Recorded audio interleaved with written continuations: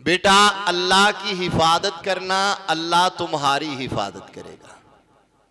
क्या मतलब है? अल्लाह को हिफाजत की जरूरत नहीं है, वो तो अला कुल्ली शैइन कदीर है। अल्लाह की हिफाजत का मतलब है कि जो अल्लाह तुम्हें कहे वो करते रहना, जिससे मना करे उससे रुके रहना। जो रब तुझसे तकादा करे उसको पूरा करना, और जिससे रुकने का कहे बेटा उससे रुकते रहना।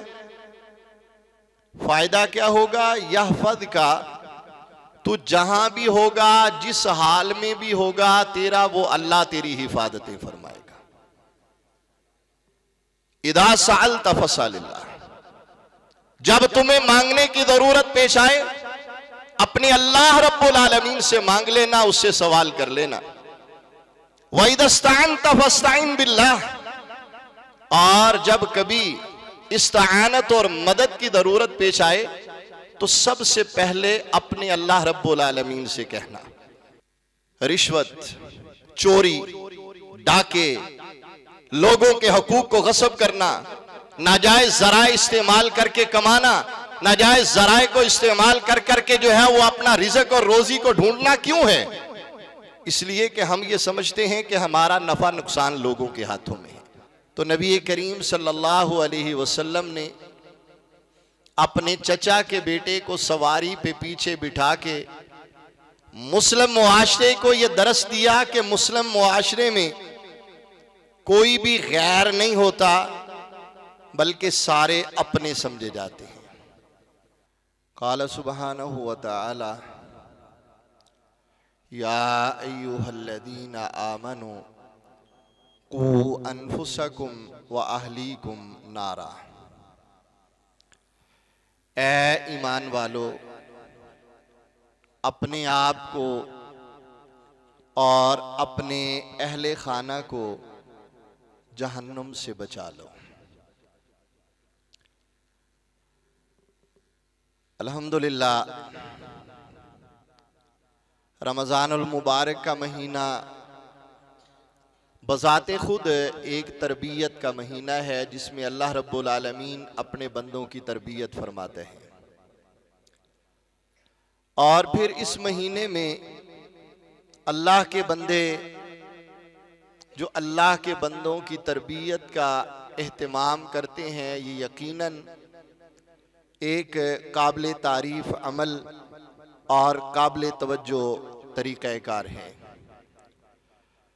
तो ये तरबियत का अमल और तरबियत का तरीका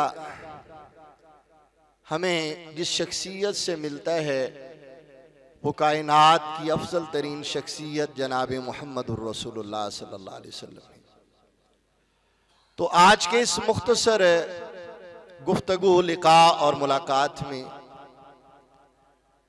तरबियत का एक छोटा सा पहलू, जो कि अपने अल्फाज के एतबार से तो बहुत छोटा है, लेकिन अपने मफहूम के एतबार से इस कदर जामे और माने है कि जिंदगी के तमाम मसाइल का हल प्यारे पैगंबर के इस फरमान के अंदर मौजूद है। तिरमिज़ी की रिवायत है और सैयदना अब्दुल्लाह इब्न अब्बास रज़ी अल्लाह तआला अन्हुमा इस रिवायत के खुद रावी भी हैं और साहिब किस्सा भी हैं।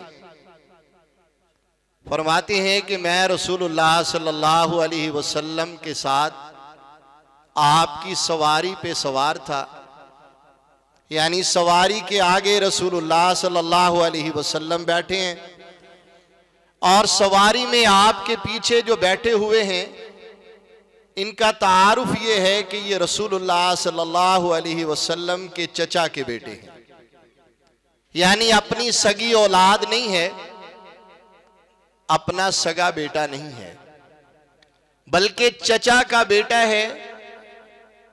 उसको आपने अपने साथ सवारी पे पीछे बिठाया हुआ है। ये सबक का पहला हिस्सा है और इस हदीस के दरस का पहला जुज है कि जो हमें मुआशरती तौर पर एक सोच दी गई है कि ये हमारे शरीक हैं और शरीकों के साथ हमारा रवैया क्या होना चाहिए। तो नबी करीम सल्लल्लाहु अलैहि वसल्लम ने अपने चचा के बेटे को सवारी पे पीछे बिठा के मुस्लिम मुआशरे को यह दरस दिया कि मुस्लिम मुआशरे में कोई भी गैर नहीं होता, बल्कि सारे अपने समझे जाते हैं। हज के मौके पर नबी कायनात ने सैयदना उसामा इब्ने ज़ैद रज़ी अल्लाह तआला अन्हु को सवारी पे पीछे बिठाया, जो एक गुलाम का बेटा है। मदीना मुनव्वरा में आते हैं तो सहाबा कहते हैं कि जो बच्चा मदीने का मिलता आपको रास्ते में, उसको मोहब्बत से पकड़ के अपनी सवारी पे बिठा लेते हैं। तो सैयदना अब्दुल्लाह इब्ने अब्बास रज़ी अल्लाह तआला अन्हु फरमाते हैं, मुझे बिठा करके कहा, या बुनैया, ऐ मेरा बेटा, इन्नी उअल्लिमुका कलिमातिन, कहा बेटा मैं तुम्हें चंद बातें बताने लगा हूं। बताने वाला कौन है? जनाब मोहम्मदुर रसूलुल्लाह सल्लल्लाहु अलैहि वसल्लम। और जिसको बताई जा रही है ये कौन है? एक 9 साल का बच्चा है। 9 साल के बच्चे को रसूलुल्लाह सल्लल्लाहु अलैहि वसल्लम ये बता रहे हैं कि इन्नी उअल्लिमुका कलिमात, बेटा मैं तुम्हें चंद कलिमात, चंद जुमले, चंद बातें सिखाने लगा हूं। पहली बात कहा, इहफदिल्लाह यहफदका, बेटा अल्लाह की हिफाजत करना, अल्लाह तुम्हारी हिफाजत करेगा।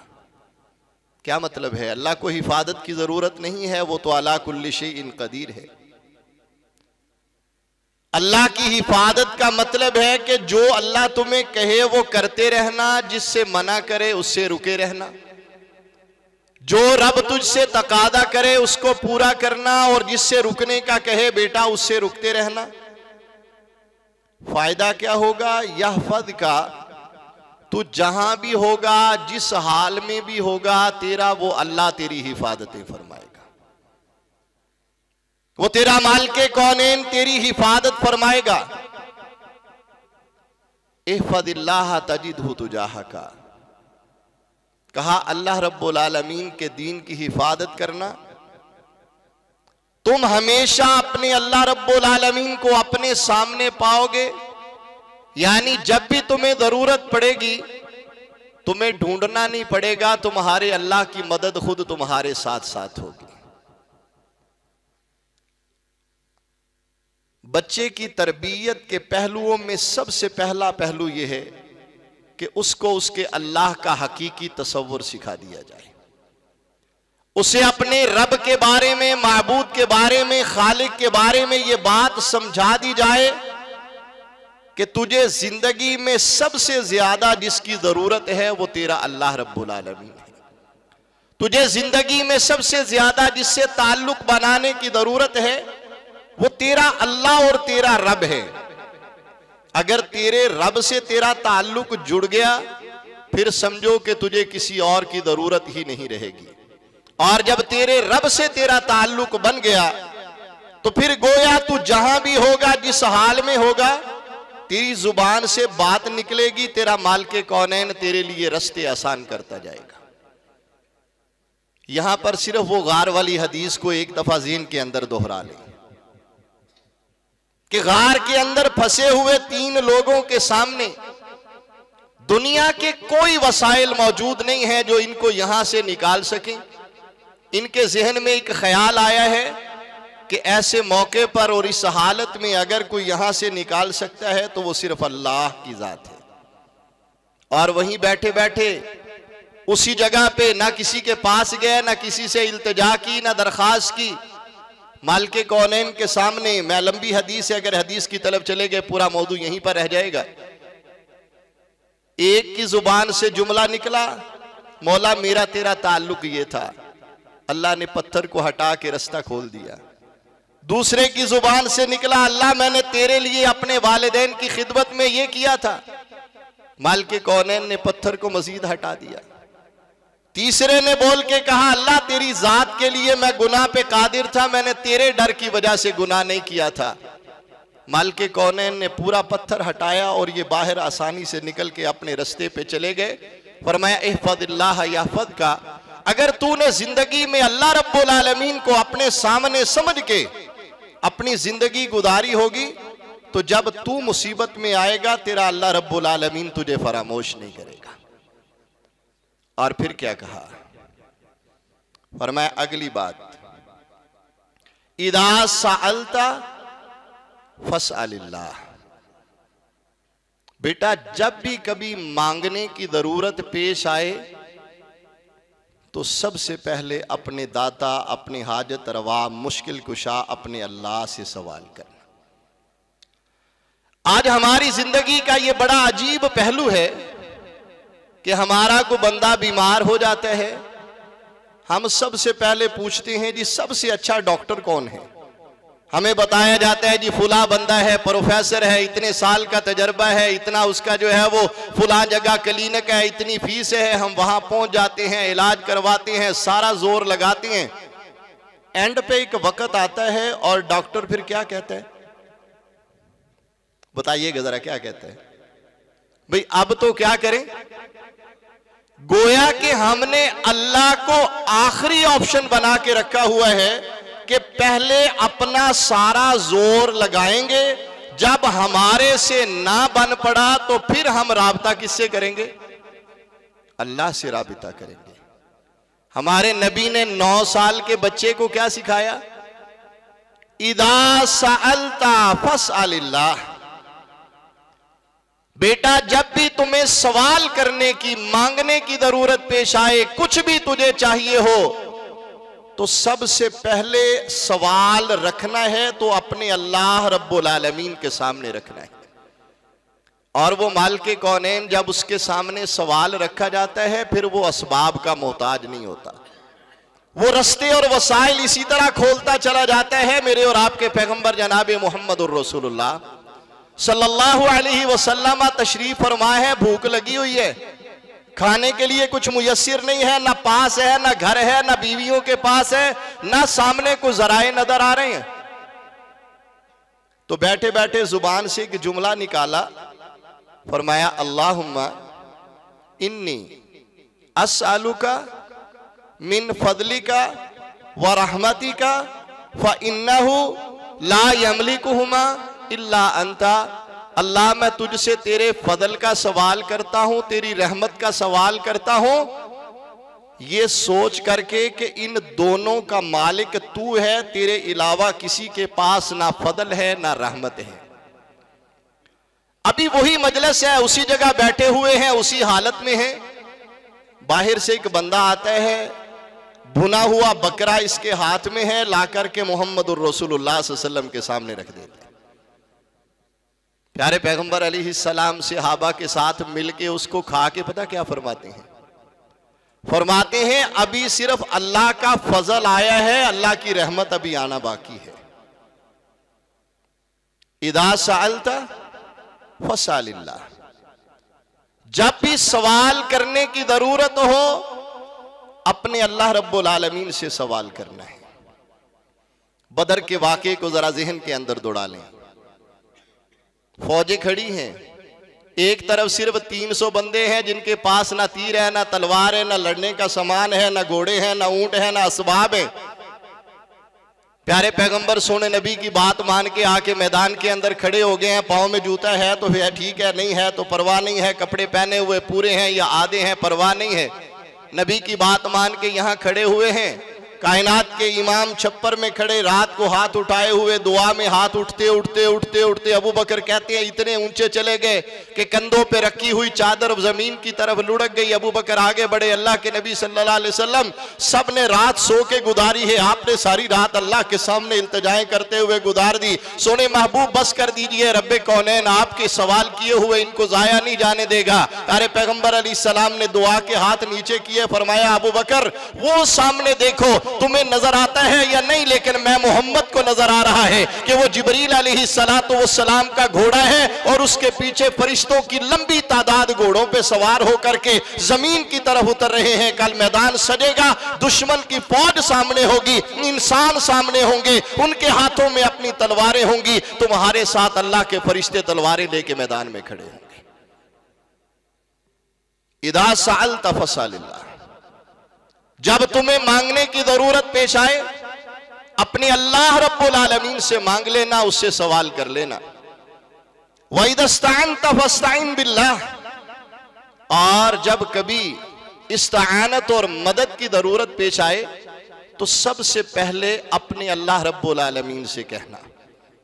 सहाबा कहते हैं हमारे जूते का तस्मा भी टूट जाता था ना, तो हम पहले अपने अल्लाह से कहा करते थे, अल्लाह मेरे जूते का तस्मा टूट गया है, इसका बंदोबस्त कर दे। उसके बाद उसको लेने के लिए निकलते थे, उसके बाद उसके लिए निकलते थे। और अब तो वैसे भी रमजान का महीना है, आप दूसरा पारा उठाएं, पढ़ना शुरू कर दें, या अय्युहल्लज़ीना आमनू कुतिबा अलैकुमुस सियाम कमा कुतिबा अलल्लज़ीना मिन क़ब्लिकुम लअल्लकुम तत्तक़ून। बात रमजान की चलते चलते अल्लाह ने बात रोक करके फरमाया, व इज़ा सअलका इबादी अन्नी फ़इन्नी क़रीब। मेरे नबी, जब मेरे बंदे मेरे बारे में आपसे पूछे ना, तो उनको एक बात याद करवा देना कि मैं तुम्हारे इंतहाई करीब हूं। करीब का मतलब क्या होता है कि अब तुम्हें किसी और के पास जाकर के मेरे तक बात पहुंचाने की जरूरत नहीं है। और ये बड़ी अजीब बात है और बड़ा खूबसूरत जुमला है जिसने भी ये कहा, बड़ा खूबसूरत जुमला कहा कि आज हमारी तौहीद का आलम ये है कि हम जब किसी गैरुल्लाह से मांगते हैं तो डायरेक्ट मांगते हैं, लेकिन जब अल्लाह से मांगने की जरूरत आए तो हम कहते हैं बगैर वसीले के अल्लाह सुनता ही नहीं। यानी गैरुल्लाह से मांगना हो तो हम डायरेक्ट मांगते हैं, या हजरत या फुला मेरी इस मुश्किल में मेरा हल कर दे। जब गैरुल्लाह से मांगते हैं वहां कोई नहीं कहता कि बगैर वसीले के गैरुल्लाह नहीं सुनता, लेकिन जब अल्लाह से मांगने की बारी आती है फिर हर एक ये समझाने बैठ जाता है कि नहीं, छत पे चढ़ने के लिए सीढ़ी चाहिए, अल्लाह के से मांगने के लिए तुम्हें वसाइल चाहिए, फुला का वसीला। फरमाया इदा सअलका इबादी अन्नी फ़इन्नी क़रीब, मेरे बंदों को बता देना कि कोई तुमसे कितना भी करीब बैठा हुआ हो, लेकिन अल्लाह उससे भी ज्यादा तुम्हारे करीब है। इदा इस्तअनत फस्तईन बिल्लाह, जब भी तुम्हें मदद की जरूरत पेश आए बेटा अपने अल्लाह से मदद मांगना। फिर दोबारा दोहरा लेते हैं बात को। ये बच्चा कितनी उम्र का है जिसको समझाया जा रहा है? 9 साल की उम्र का। हम क्या कहते हैं, हमारा बच्चा बालग भी हो चुका होता है, हम कहते हैं अभी बच्चा है, अभी इसको क्या आ जाएगी, खुद ही समझ आ जाएगी, अच्छा खुद ही समझ जाएगा, वक्त समझा देगा, मुआशरा समझा देगा, हालात समझा देंगे। हम खुद अपनी जिम्मेदारी को पीछे रख करके हम इस बात पर छोड़ देते हैं कि अच्छा खुद ब खुद समझ जाएगा, और जब ये खुद समझता है तो फिर हम कहते हैं हमारी समझता ही नहीं है। जब वो खुद समझ जाता है, क्योंकि मीडिया से सीखता है, मुआशरे से सीखता है, हालात से सीखता है, दोस्तों से सीखता है, जिस मुआशरे का वो हिस्सा है, जब वो वहां से सीख करके उसका खाली जहन, उसका बर्तन भर चुका होता है, फिर हम भरे हुए बर्तन के अंदर अपनी तालीम को डालने की कोशिश करते हैं। बर्तन तो पहले भरा हुआ है, अब तुम्हारा बताया हुआ कहां जाएगा। 9 साल का बच्चा है। फरमाया बेटा ये चंद कलिमात हैं, इनको जहन के अंदर रख लेना, और अगले 2 फिक्रे और बात मुकम्मिल।